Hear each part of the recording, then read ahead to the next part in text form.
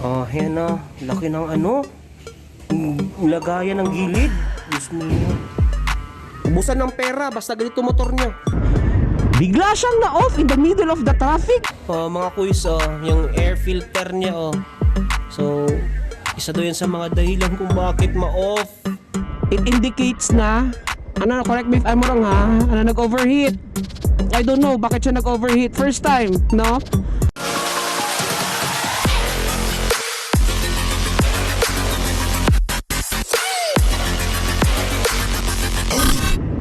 What's up mga kuys? Yeah baby. Here's today's ganapers.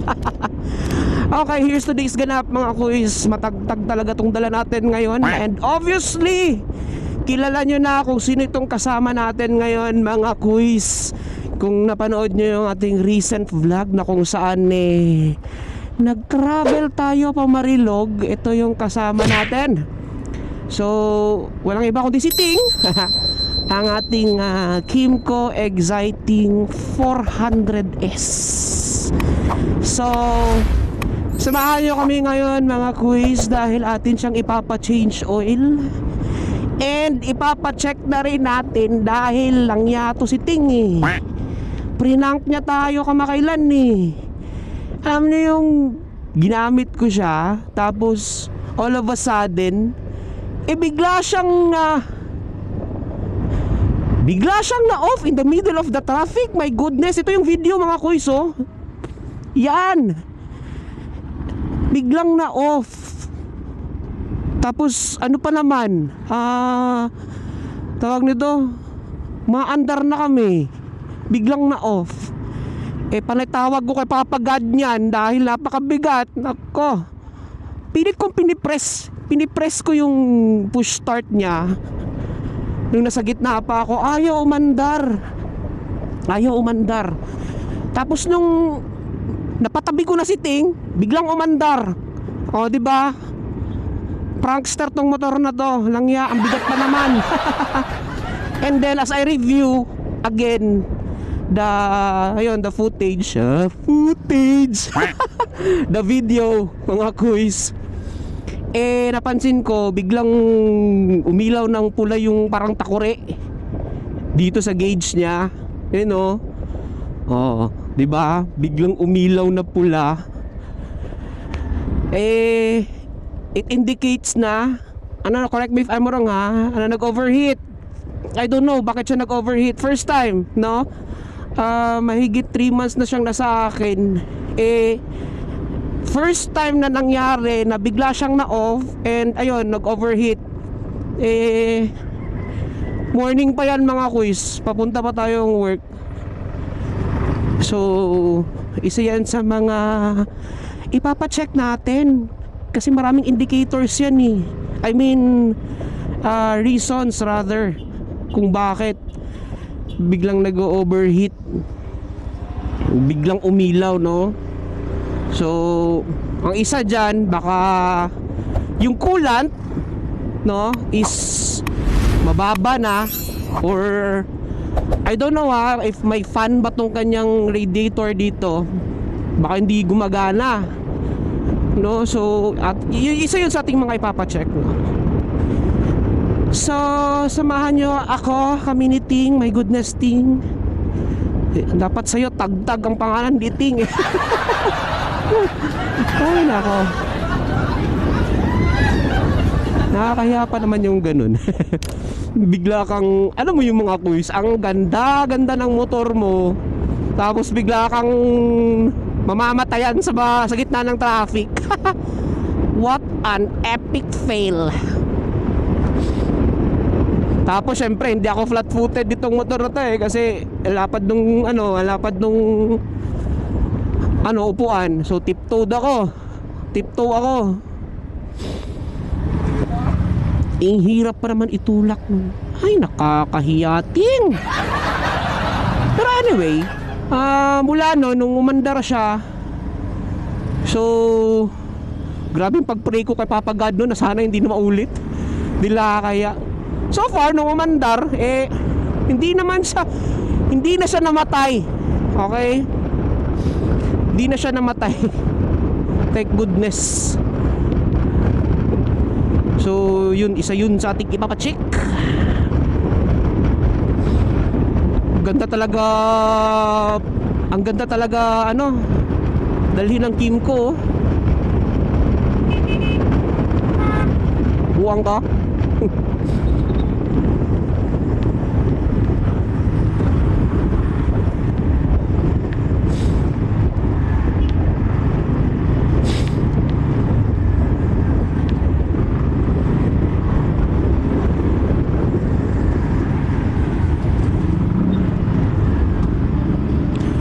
Ang sarap dalhin ni Ting. Oh. So dito lang naman natin siya dadalhin sa ano, Kimco Lifestyle Corner by Trump, kung saan doon natin hiniram yung Skytown. Yan o, yan yung vlog natin na Skytown. So doon natin ipapacheck si Ting dahil kumbaga pinakaano talaga nila doon, yung kumbaga specialty ba tawag niyan, Kimco. Yung mechanic namin doon na si Kuis Gerald, bihasang bihasa yon dahil nagme-mechanic ko din yun ng mga big bikes. So sa mga tropa natin dyan na magpapacheck ng kanilang mga Kimco motorcycle, any Kimco, mapamaxi scooter ba yan or small CCs, pwede kayo doon mga Kuis, dahil aside sa magaling yung ating mekaniko doon, meron din tayong spare parts doon na binibenta. So para din siyang 3S ng Kimco. Alright, so biyahe muna tayo mga Kuis. Sarap talaga daliniting. Ano lang nito,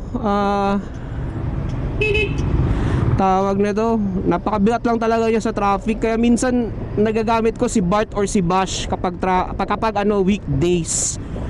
Lalo na't Monday, matraffic, goodness. Kung nagmamadali ako, yan, si Bart or si Bash.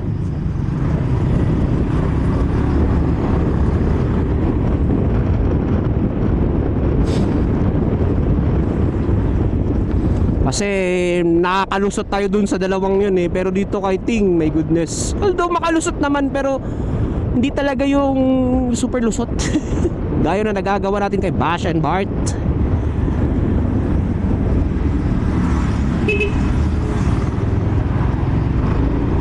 Sitting, ang ganda lang talaga nito dalhin pag long ride. Lalo na nung mga Kuis, dinala natin to sa Marilog. Sarap dalhin pre. Lalo na kapag bangkingan. Woo! Lapad kasi ng gulong. I don't know if magkasing laki lang ba sila ng gulong ng I mean yung size nung gulong ng X-Max at saka nitong Kimco. Dito tayo namatayan no, nak ng teteng. Manda ka Ting, wag mo ko lolokohin ngayon Ting ha.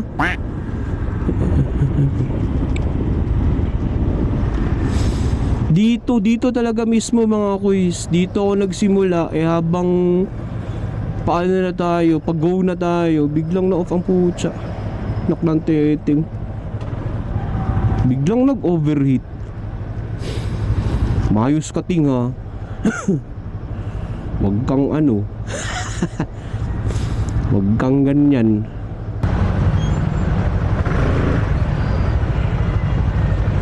Go na. Wag naman sana tayo ma-deja vu nito.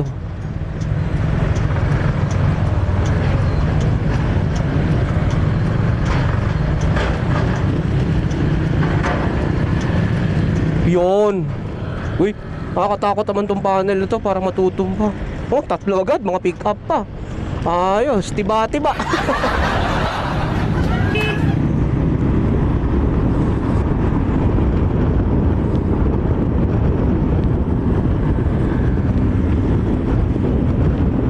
Dito tayo.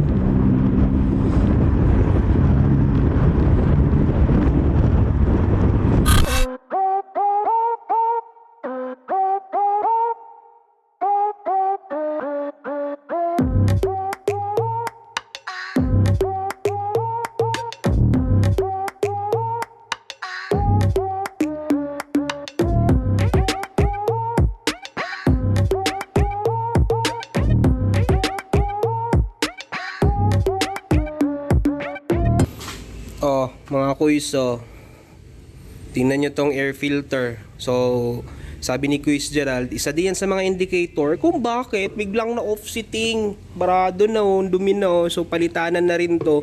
Kasi ito pa yung pinaka-stock niya. And, I stand and sit corrected mga kuys yung sa sinabi ko kanina a while ago. Ito palang pula, yung pula na yan, hindi pala yan overheat indicator. Yan Yan. Hindi pala overheat indicator yan. Oil indicator pala yan. At kung mapapansin nyo doon sa clip na pinakita ko kanina nung na-offsetting in the middle of the traffic, yan yung biglang umilaw. So, ibig sabihin kapag umilaw yung pula na yan, yung oil mo, yung level ng oil mo is mababa na.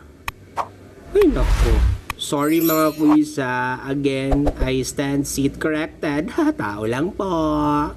So, oil indicator yan. Kung mag-overheat naman daw ito si Ting, ang iilaw is itong check engine. Okay, so wala naman din daw problema doon sa kanyang fan dahil gumagana. Ngayon, ang gagawin natin ngayon kay Ting is yun, papalitan ng air filter, i-check yung belt, and of course, the oil, and the gear oil, I think. So, yun. Ang mahal pala magpa-maintenance ng Maxi scooter. Oo, diba? Yan si Ting. So, yun yung nangyari. Dumi na pala nito. Grabe. Hindi ko kasi alam sino yung huling gumamit nito eh. Basta bigla lang ito pinahiram sa akin ng boss ko. Ang dumi na, so palitanan to. Ilis kag filter, kada pila. Every annual check-up, mga 3,000 to 5,000 check-up. Okay. So, kung standard na ilis yun niya sir is 10,000 to 12. Kilometers. Pero depende dyan kung sa sir ha, kay laylay ng environment na to. Lagi pod, maupod bitaw. Ito mag-agad nga, pagka 10,000 na, yung mga abog na kayo, mga Gani. Maupod. Nara yung basihan Japon. Ilis na na napod na aral. Dali, limpiyo lang sir. Oh, binukog ilis daw. Wala ko'y kwarta aral ba?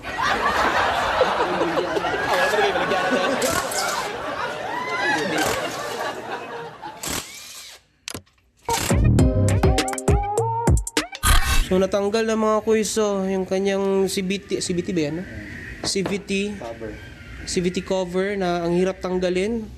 So may mga indicators tayo na ito, yung Colorado, no? Overheat rainbow. Overheat rainbow daw yan. So Overheat. Indication na nag-overheat siya.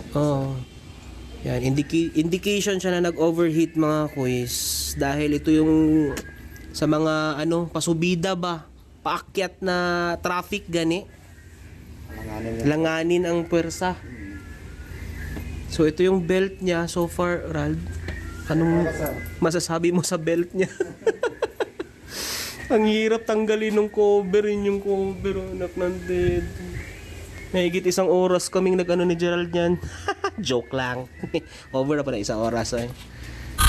Kana sa belt, Rald, mga pila po ka-kilometers para magpalit or ano sabi basihan? 25,000 pa. 25,000. Standard na 20 to 25,000 Okay. na limit siyang service limit niya sir. Service limit. Service limit ay tawagan na.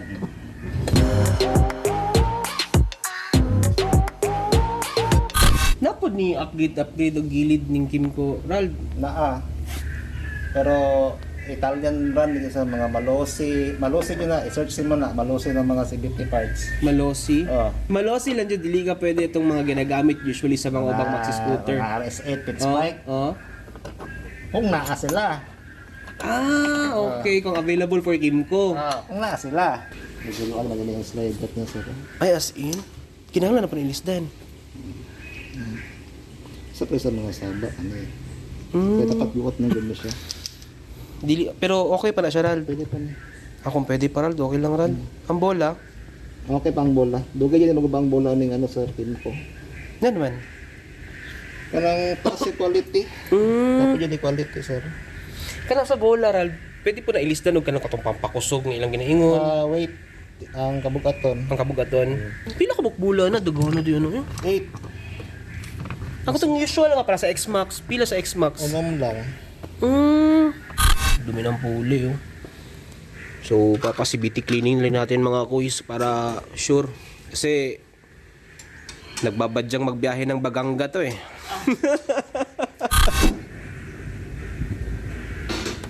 Uy. Wala ni, ano siya, Ral? Murag kulba lagi naman ginabuhat, Ral. Susto. Pumitik na. Ganyan ka-type si Kimco mga kuys. Iisipin nyo, China bike yan. Hindi yan China bike. Taiwan bike yan, Kimco. At saka para sa kaalaman nyo, base sa aking na research, some of the maxi scooters of BMW, ang mga makina nun, produced and made by Kimco. Diyos mio. Kung sasabihin yung mahina. Nalaki pa naman ang... Anong tawag niyan? Torque drive. Torque drive niya, no? May yung belt. Sakto pa. Wala pa liki. Pero pwede pa niya, sir. Sure ba? Mahal ba kayo na ron? Mahal din siya, sir. 10 mil, no? Ang mga anak niya, usually. Pero okay pa, pwede pa. Okay pa niya siya. Kaya standard checking ano sa Diliman yun din. Okay. So, pwede pa na ako na siya bihag Baganga pohon. Sige, Rad. Oh, yan na. Laki ng ano. Lagayan ng gilid. Diyos mio. Ubusan ng pera, basta ganito motor nyo. Dapat mag-budget kayo ng mga 5K. Kulang, no? Kung mag-ipis sa mga pesa. Oo nga pala. So mga usually, dapat budget ka 10K, no? Mga 10K daw. Aside sa ubusan ng pera, ubusan ng pwersa pag open dito. Ay, nako. Pero at least na-open na siya. So, ayun yung kanyang mga parts. Nalilinisan natin.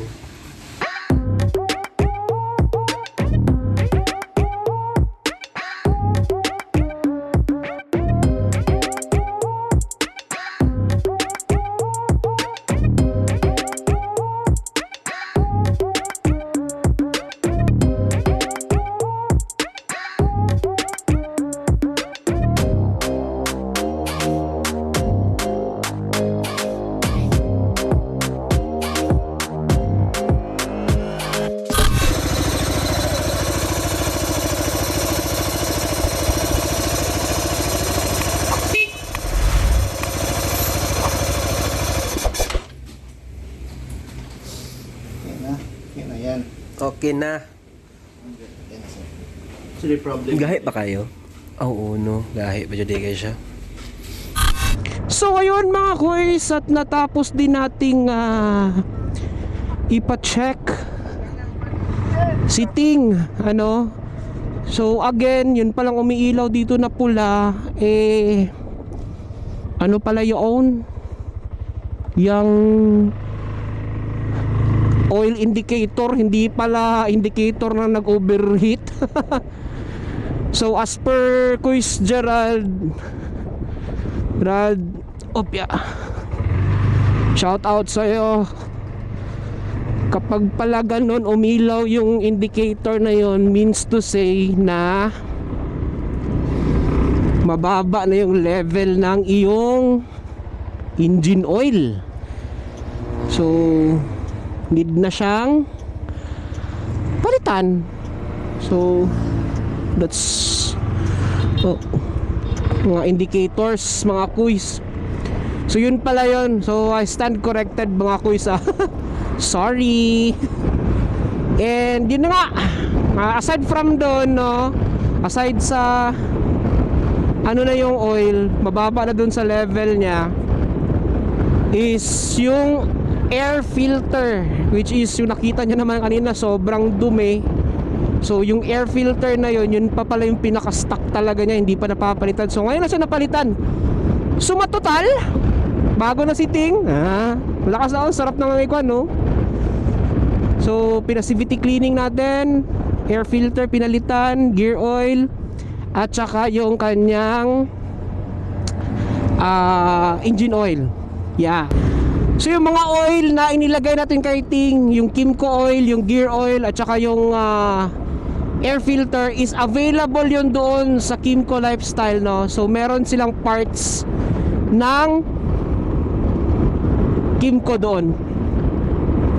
So sa mga tropa natin dyan, ng mga Kimco enthusiast, may mga Kimco na Maxi Scoot or kahit hindi Maxi Scoot, basta Kimco, pwede kayo doon mga kuys. Pwede.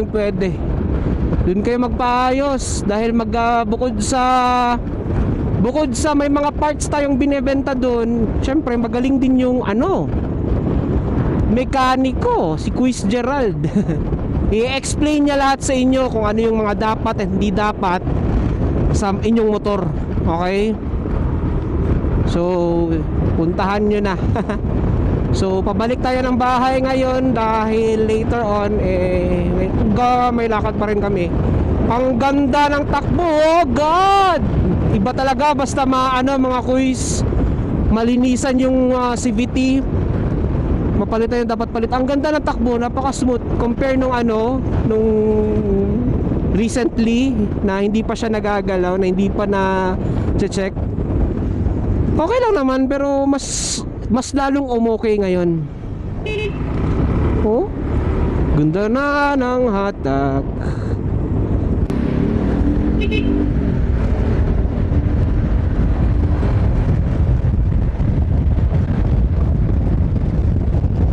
Sarap na rin po tayo na.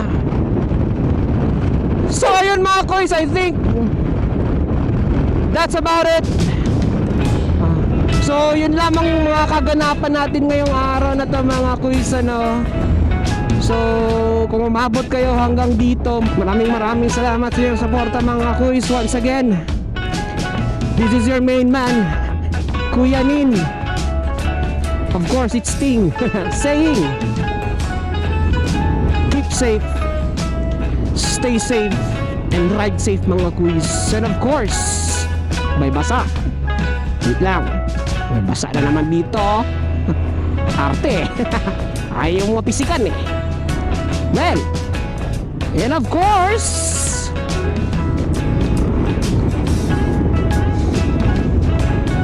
yeah, ride within your limits mga quiz. Till next vloggy vlog. Until then, ka-chow baby. Ka-chow, ka-chow, ka-chow, ka-chow. Woo!